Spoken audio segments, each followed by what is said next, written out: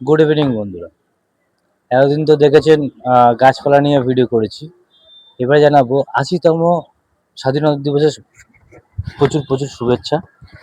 কিন্তু আসল পরীক্ষাটা আমাদের কোথায়? আসল দেশভক্তিটা কোথায়? এতদিন তো আমরা বাইকে মানে আজকে সকাল থেকে বাইকে সাইকেলে আমাদের জাতীয় পতাকা লাগিয়েছি।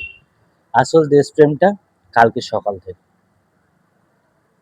কালকে অনেকে দেখবেন এদিক সেদিক ভারতের আমাদের মানে আমাদের ন্যাশনাল ফ্ল্যাগ পড়ে আছে বা পতাকা পড়ে আছে।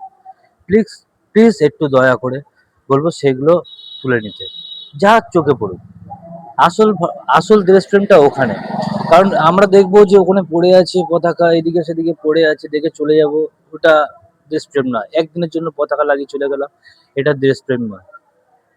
দেশপ্রেমটা হচ্ছে কি ওইটাকে সম্মান করা সবসময়। প্লিজ আপনাদের কাছে হাত জোড় করে বলছি, যেখানে ওই জিনিসটা দেখবেন প্লিজ একটু কুড়িয়ে সেফ জায়গায় রাখবেন।